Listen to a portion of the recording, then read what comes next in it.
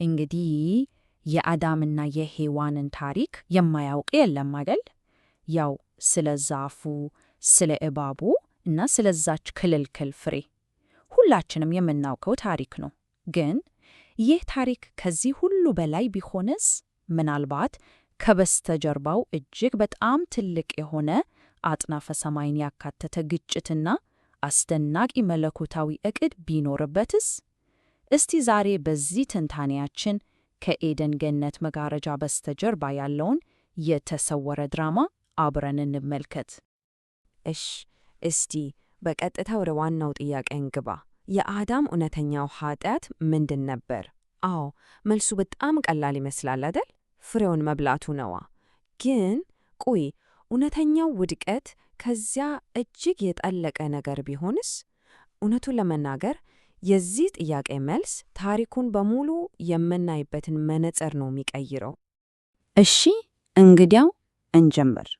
በኤደን ገነት ውስጥ የነበረው ሁኔታ ዝም ብሎ የአዳምና ሔዋን ታሪክ ብቻ አልነበረም። በፍጹም።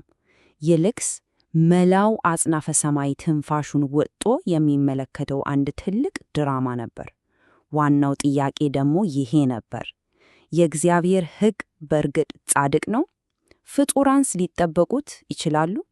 አስቡት፣ ገነቱ ልክ እንደ አንድ ትልቅ የፍርድ አደባባይ፣ ትዕዛዟ ደግሞ በፍርድ ላይ እንደቆመች ምስክር ነበረች። በዚህ አጽናፈ ሰማያዊ የፍርድ ቤት ድራማ ውስጥ ከሳሽ አለ። እሱም ሳታን ጉላቴ ነው። የክሱ ዋና ነጥብስ ምንድን ነው? በጣም ቀላል ነው። የእግዚአብሔር ትዕዛዝ ፍትሐዊ አይደለም፣ ማንም ሊጠብቀው አይችልም ነው የሚለው። በቃ በቀጥታ እግዚአብሔርን ፍትሐዊ ባልሆነ ሕግ እየወንጀለው ነው ማለት ነው።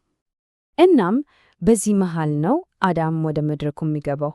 ተልእኮውስ ይህንን ክስ ሙሉ በሙሉ ውድቅ ማድረግ።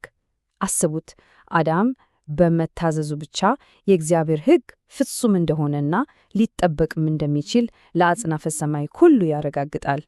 እሱ ራሱ የእግዚአብሔር ጽድቅ ሕያው ማስረጃ እንዲሆን ተደርጎ ነው የተፈጠረው።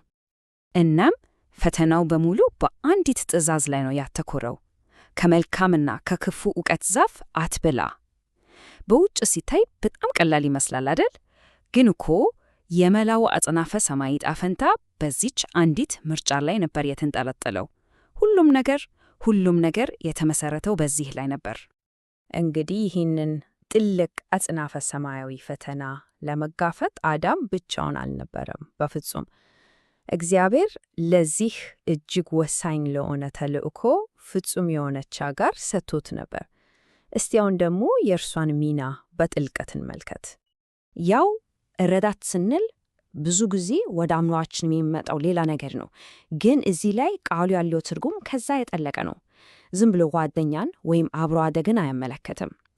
ሔዋን የተፈጠረችው በዚህ መለኮታዊ ተልእኮ ውስጥ ወሳኝ አጋር፣ አብራው የምትዋጋ ታዋጊ እንድትሆን ነበር።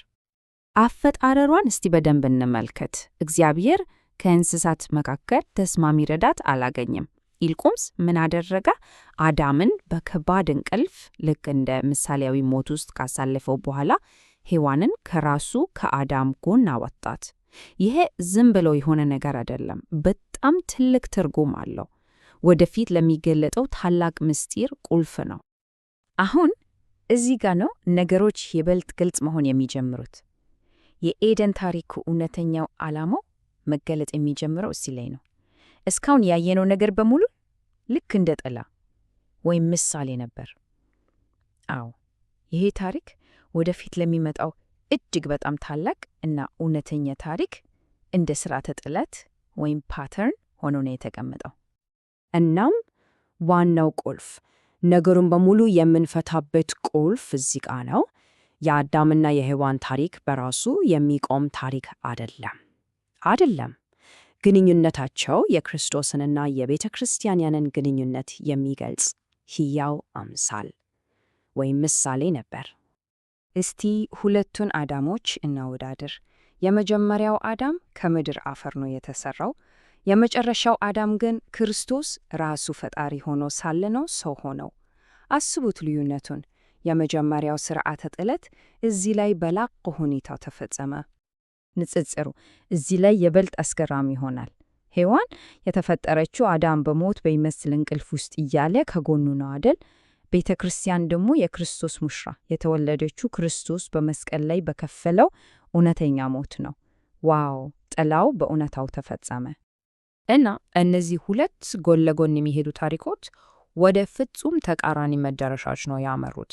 የአንደኛው መጨረሻ አሳዛኝ ውድቀት፣ የሌላኛው ደግሞ ወደር የሌለው ድል። እስቲ አሁን ወደ ውድቀቱ ነጥብ መለስና እንመርምረው። ይህችን የውድቀት ቅጽበት ሁላችንም እናውቃታለን። ሔዋን በላች፣ ለአዳም ሰጠችው፣ እሱም በላ። በቃ ግን ቆይ፣ የውድቀቱ እውነተኛ መንስኤ ምንድን ነው? ከፍሬው ጀርባው የተደበቀው እውነተኛው ፈተና ምን ነበር? እሺ፣ አሁን የትንታኔያችን እምብርት ላይ ደርሰናል። ፈተናው ስለ አንድ ፍሬ፣ ስለ ፖም ይሁን ስለ ሌላ ነገር አልነበረም። በፍጹም እውነተኛው የተከለከለው ፍሬ ሔዋን ነበረች። አዎ ሔዋን። ፈተናው አዳም ለማን ነው ቅድሚያ የሚሰጠው የሚለው ነበር። ለፈጣሪው ወይስ ለፍጥረቱ? ይህንን ሐሳብ እስቲ ትንሽ እንዘርዝረው። ችግሩ የጀመረው አዳም ያቺን ፍሬ ሲበላ አይደለም። ችግሩ የጀመረው ከዛ በፊት በልቡ ውስጥ ሔዋንን ከእግዚአብሔር በላይ ሲያስቀምጥ ነው። ፍቅሩን በተሳሳተ ቦታ አስቀመጠው። እናም ፍሬውን መብላቱ በቃ በልቡ ውስጥ አስቀድሞ የፈጸመውን ክህደት በውጭ ያሳየ ድርጊት ብቻ ነበር። አሁን እስቲ የሁለቱን አዳሞች ምላሽ በፈተና ሰዓት እንዋድር። የመጀመሪያው አዳም ምን አደረገ? ጣቱን ወደ ሙሽራው ቀሰረ፣ እሷን ከሰሰ። የመጨረሻው አዳምስ የሙሽራውን ኃጢአት በሙሉ በራሱ ላይ ወሰደ። አንደኛው ሌላውን ተጠያቂ አረገ፣ ሌላኛው ግን ራሱን አሳልፎ ሰጠ። ልዩነቱ ከሰማይና ከምድር በላይ ነው። ይሄ አሳዛኝ ውድቀት የታሪኩ መጨረሻ ይመስለን አይደል? ግን አይደለም። ይሄ የእግዚአብሔር ዕቅድ ውስጥ ያልነበረ ድንገተኛ አደጋ አልነበረም በፍጹም። ይልቁንስ ከመጀመሪያው ጀምሮ በታላቁ መለኮታዊ ድራማ ውስጥ አስቀድሞ የታየና የታቀደ ምዕራፍ ነበር። እዚህ ላይ በጣም ጥልቅ እና የሚያጽናና እውነት አለ። የእግዚአብሔር ታላቅ ዕቅድ በአዳም ውድቀት ምክንያት አልተሰናከለም።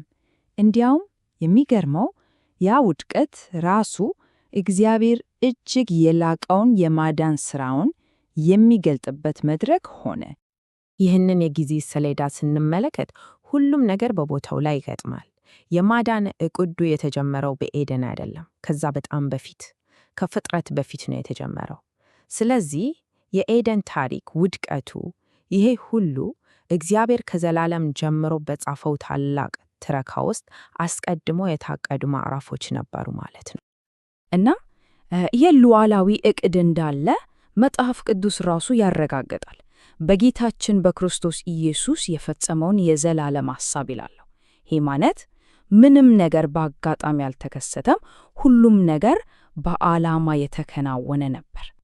እናም ወደ መጀመሪያው ሐሳብ እንመለሳለን። ሔዋን የአዳም ረዳት ሆና ተፈጠረች፣ ቤተ ክርስቲያን ደግሞ የክርስቶስ ሙሽራ ተብላለች። ይህንን ሁሉ ነገር ካየን በኋላ የሚቀረው የመጨረሻ ጥያቄ ይሄ ነው። በውድቀት ሳይሆን በድል አድራጊነት አብሮ መቆም፣ እውነተኛ ረዳት መሆን ማለት በእርግጥ ምን ማለት ነው?